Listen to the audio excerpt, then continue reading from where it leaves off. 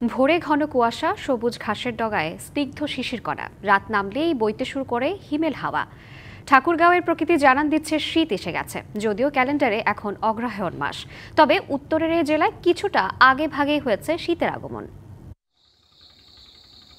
দিনের রোদের তাপ, কিন্তু সন্ধ্যা নামলেই পাল্টে যায় সেই চিত্র। উত্তর থেকে আসা হিমেল বাতাস কাঁপন ধরায় শরীরে। ভোরে ঘন কুয়াশার চাদরে ঢাকা পড়ছে তেপান্তর।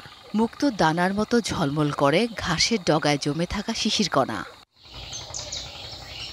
গত কয়েকদিন ধরে রাত থেকে সকাল পর্যন্ত এমনটাই ঘটছে ঠাকুরগাঁওয়ের প্রকৃতিতে।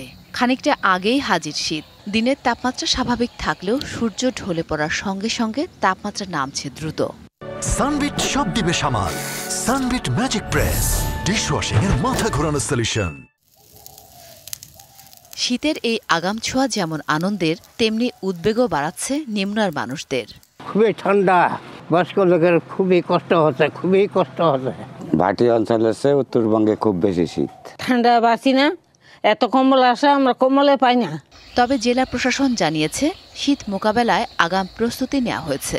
ইতিমধ্যে আমরা শীতবস্ত্র কেনার জন্য 15 লক্ষ টাকা পেয়েছি, যেটা উপজেলায় বিতরণ করা হয়েছে এবং শীতবস্ত্র কেনার কাজ প্রায় শেষের দিকে। আগামী কয়েকদিনে জেলায় তাপমাত্রা আরও কিছুটা কমতে পারে বলছে আবহাওয়া অফিস। DBC news desk.